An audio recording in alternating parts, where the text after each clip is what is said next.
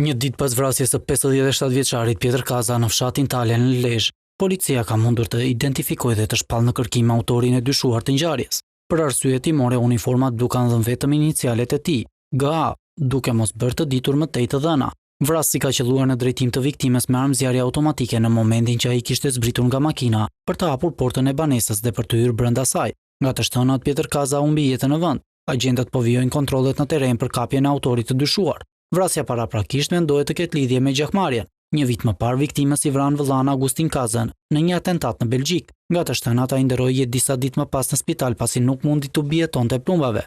Vëllai tjetër i tyre, Martin Kaza, rezulton i dënuar me 22 vite burg për vrasjen e 2 vëllezërve, Dot dhe Agustin Gjinaj, më datë 3 korrik 1997 në Mirdit. Ai u ekstradua nga Britania e Madhe në Shqipëri në dhjetor të vitit 2017. Përplasja mes dy fisëve nisi në 1994, ku shefi i krimeve Ndue Kaza u ekzekutua në rrshen nga Dot Gjini. Gjatë kohës ai kishte ndërhyrë për të shuar një konflikt mes dy fisëve, por pak kohë më pas, djali tjetër i viktimës Kaza, Martini, u akmor.